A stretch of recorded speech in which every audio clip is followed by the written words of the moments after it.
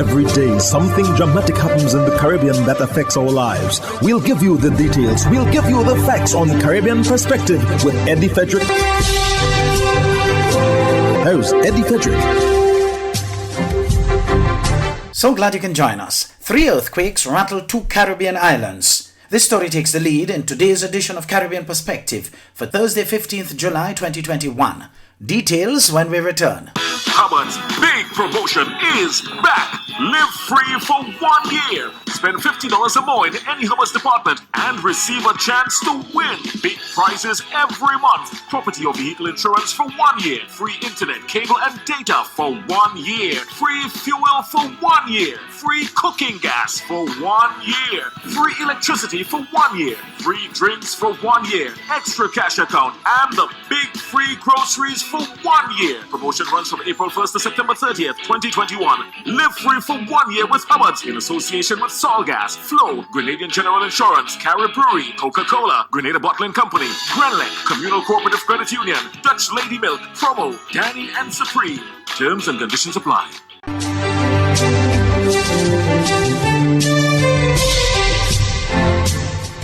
Welcome back. The Seismic Research Center, the SRC of the University of the West Indies, UWI, reported that 3 earthquakes rattled 2 Caribbean countries on Monday, but there were no immediate reports of injuries or destruction. It said in the first case, an earthquake with a magnitude of 5.2 was felt in Trinidad and Tobago.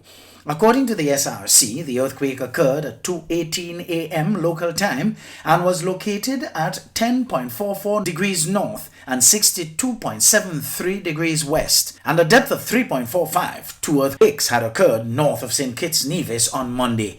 The first one had a magnitude of 4.0 and occurred at a depth of 10 kilometers, and the other a magnitude of 4.4 and a depth of 10 kilometers, the SRC said, without providing any more information, as had been the case with the earthquake in Trinidad and Tobago. In other news, police in Haiti say Christian Sanon, a doctor living in Florida, is one of the intellectual authors of the plot to assassinate President Jovenel Moïse. At least 29 people were involved, police say, as questions grow over who financed the brazen attack. More in this NBC News item. Where is the leadership of Haiti? In this YouTube video posted in 2011, Christian Sanon portrays himself as a future leader of Haiti who would battle corruption and turn the nation around. Now, police in that country say the Haitian doctor who lived in Florida is one of the intellectual authors of the plot to assassinate President Jovenel Moïse last week. And they allege that Sanon even planned to install himself as Haiti's president, though questions are mounting about who financed the brazen attack. Merci bien. Haiti's police chief says Sanon was one of at least 29 people involved. 24 have been arrested or killed, including 18 Colombians, 2 U.S. citizens, and Sanon. The Haitian government says the assassins posed as U.S. drug enforcement agents. The DEA says they were not acting on behalf of the agency, but it does now confirm that another one of the suspects was at times a confidential informant. As tensions escalate in Haiti, 3 politicians are jockeying for power and have met with senior FBI and Homeland Security agents on the ground. Tomorrow, the president's chief of security will be questioned to determine how the gunman got in. Gabe Gutierrez, NBC News. One of the suspects in the assassination of Haiti's president was an informant for the Drug Enforcement Administration, the DEA, sources told CBS News. The agency denies any involvement, though. Mola Lengi of CBS reports. Sources tell CBS News that a suspect in the assassination of Haiti's president was once an informant for the DEA, though they deny any involvement. Joseph Vincent, a Haitian American from South Florida, worked for the DEA on and off for years. Former DEA agent Mike Vigil has experience using informants in Haiti. Well, normally they're criminals. I would say the vast majority of them come from criminal organizations. They're unsavory characters. The gunmen claimed to be DEA agents during last Wednesday's attack, shooting President Moïse 12 times. Haitian officials are saying he was also tortured. An autopsy showed his arm broken and one eye gouged out. With the country on edge in the wake of the assassination, a U.S. defense official tells CBS News a dozen Marines have been sent to the U.S. Embassy here in Port-au-Prince to beef up security. This as new questions arise about the man at the center of the investigation. We need a new leadership. Haitian police say Christian Emmanuel Sanon, a failed businessman from Florida, hired the 26 Colombians and 2 Haitian Americans to carry out the attack, with his goal to take over as president. Haitian professor Michel Planchet told CBS News that Sanon told him last month that he was on a mission to replace Moïse, that Moïse would be resigning soon. But a former associate of Sanon said that he'd never get involved in an assassination plot. I don't believe he has anything to do with it. Who seemed to be a gentleman with a good heart and very good intention for his country. Well, after years of a lack of government transparency, many people here in Port-au-Prince say they are skeptical of the police's version of events. One Haitian official in the Prime Minister's inner circle told me today that the FBI remains on the ground here, helping with the investigation, Nora.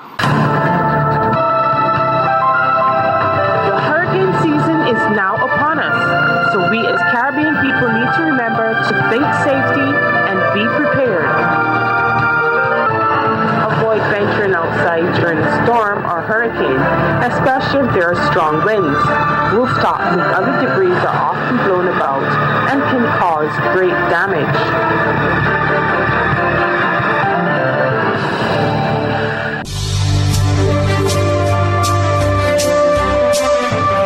You're listening to Caribbean Perspective with Eddie Frederick.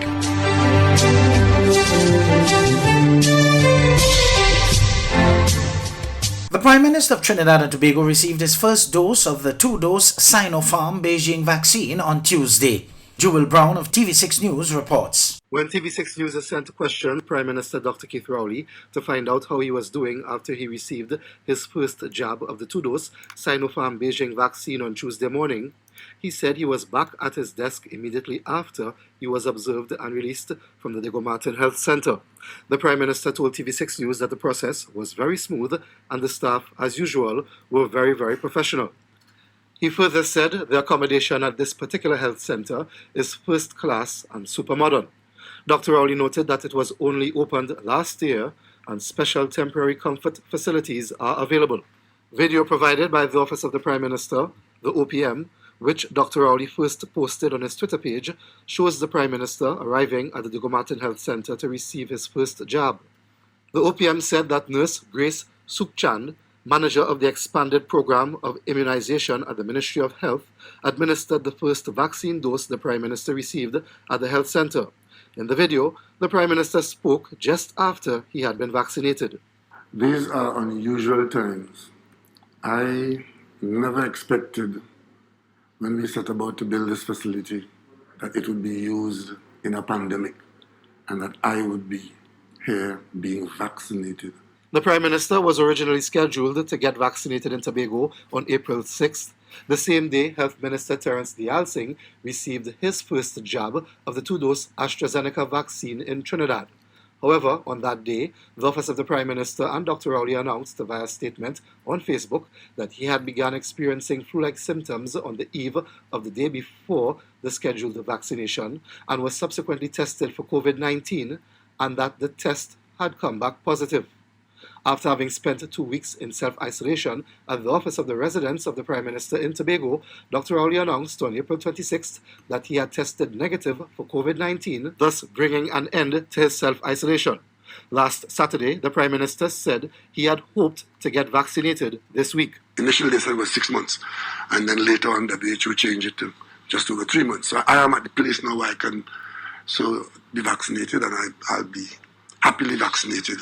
Just after he received his first Sinopharm Beijing dose, the Prime Minister said COVID-19 is with us.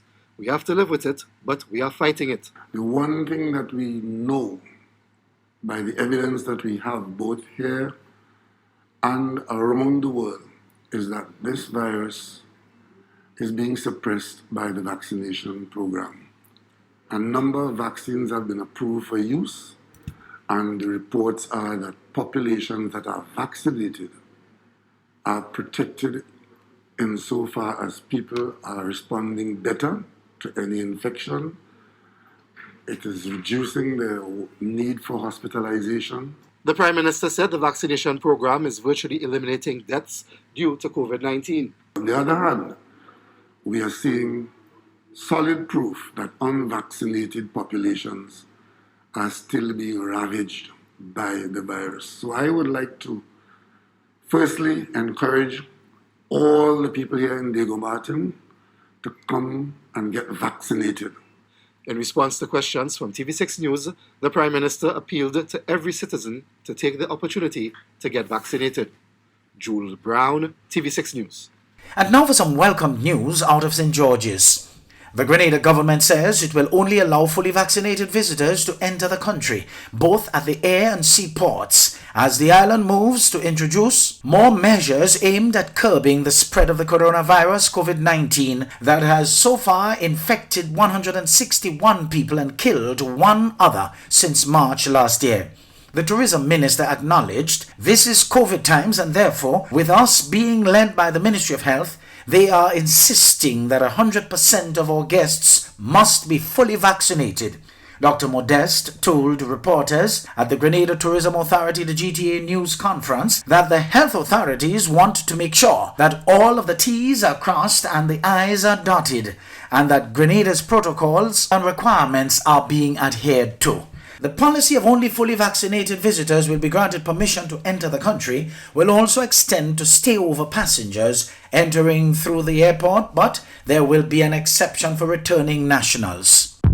Did you know that your friends and family can now shop at the food fair from anywhere in the world and you can receive here in Grenada? The food fair and GrenadaMarket.com now make it possible through secure online shopping and personalized customer service. Simply send your loved ones a list of your preferred items or let them fill an online basket and the items will be available for pickup or delivery. Visit GrenadaMarket.com or thefoodfair.gd today for more details. The new norm. Spread the news.